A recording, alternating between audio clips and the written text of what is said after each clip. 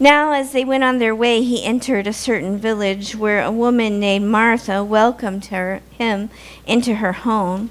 She had a sister named Mary who sat at the Lord's feet and listened to what he was saying, but Martha was distracted by many tasks.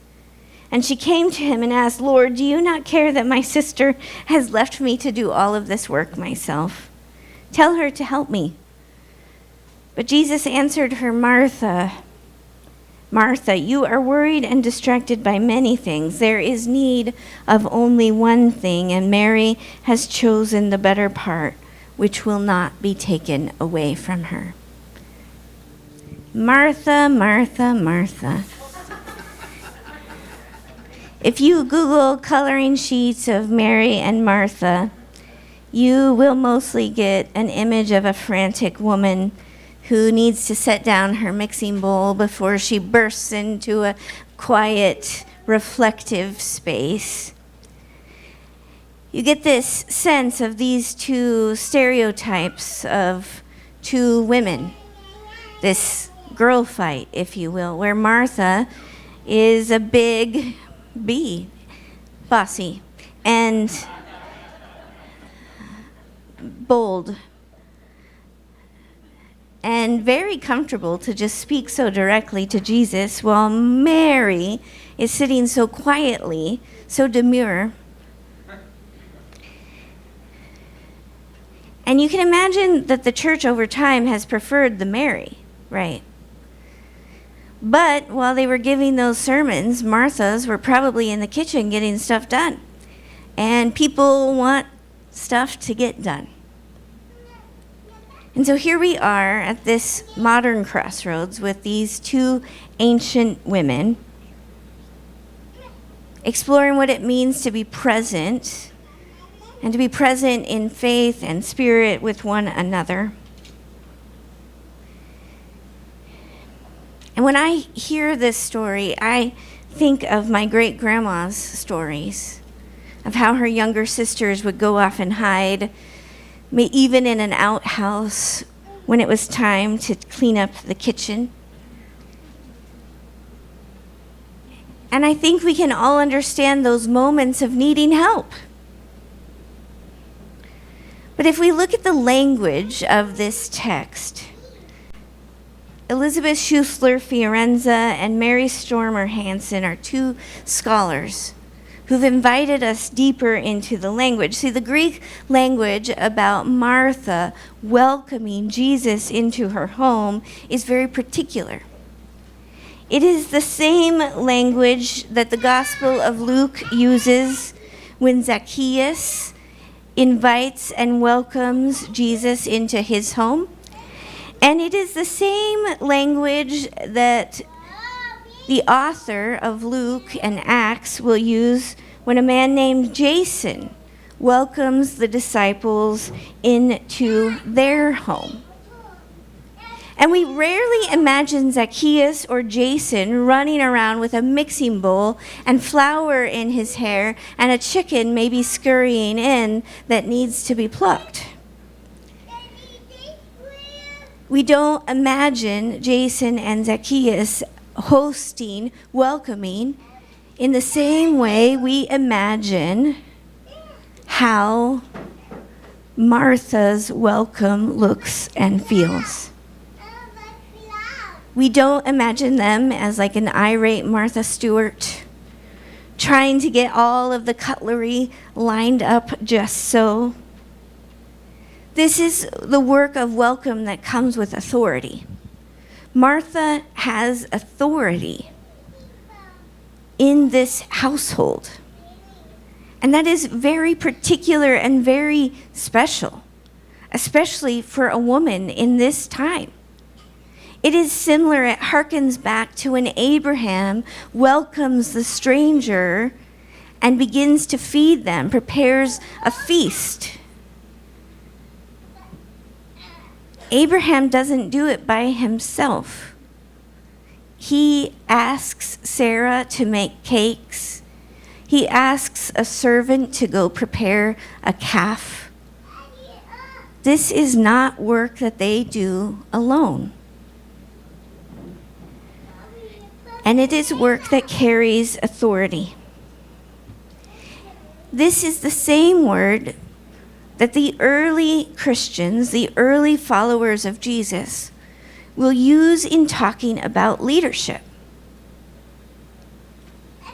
When Martha is doing this work of service in her home, it is the same language that gets applied to church authority, to church leadership, to church action. Martha is busy. She is busy leading the community. She may be baking bread, but she may also be breaking it. She may be using her hands to touch the untouchable and to heal people into wholeness, just like Jesus taught her.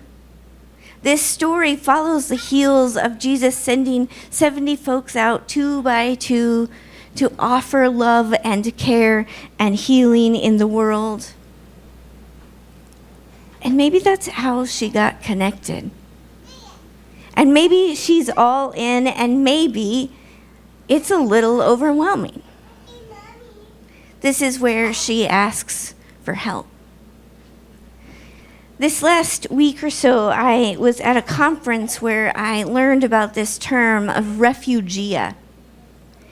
This sense that when Mount St. Helens, for example, erupted, scientists thought it would take generations for that area to recover. They estimated a long way out would come the day when new green would sprout on those hills and new life would find its way there. But here they are, and it only took a few years.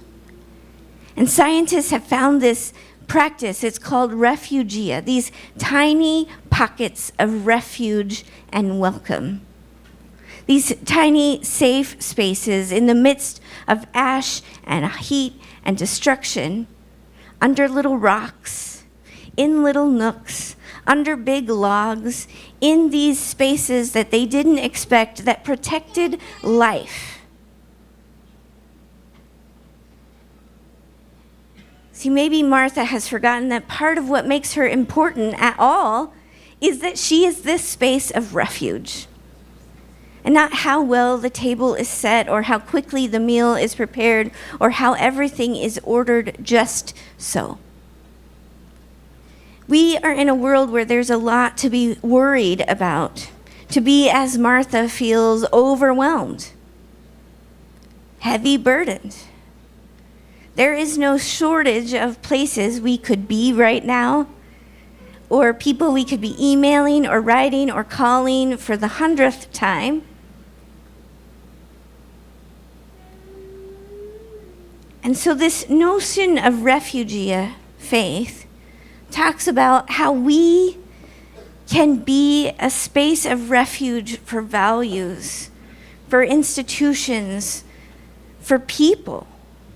This small space of protection. This is what Martha offers. And this is what she wants Mary to help her with. It is this moment of feeling overburdened and overwhelmed. And so she goes to Jesus and asks for help. In a sense, they are a refuge to each other.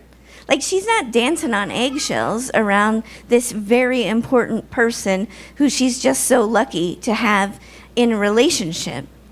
They have this intimacy where she can be direct about what she needs and what is going on. And when Jesus responds, "You have need of only one thing," this language echoes another passage in the Gospel of Luke. You can find it when Jesus is speaking to the one that is usually called the rich young lawyer in chapter 18. This young man comes to Jesus and says, I want to make sure I'm all good to go. I'm doing everything right.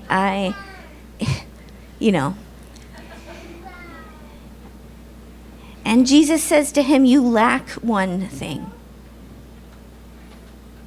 It's the same turn of phrase. You have need of only one thing, you lack one thing. And he gives a prescription to the rich young man to get rid of everything he owns, to give it away, to let it all go, to take that life and set it aside and to follow him. But Jesus doesn't offer Martha a prescription. Like they know each other very clearly. It is this space where they can be honest and direct. In the narrative, it says and is constantly translated as Martha is distracted. Distracted. But there are other spaces where men in these texts are distracted. The same language applies to them. But the translation is rarely distracted. Like Martha can't keep her eyes focused. Something shiny happened. There was a squirrel. The language is actually about being in a state of overburdened, being pulled away from what is essential. Now, maybe Martha knows that some stuff has to get done. And she went out to finish another email or to get the order, and she knows that, Peter isn't going to take care of it. He'll probably mess it up if she leaves it to him.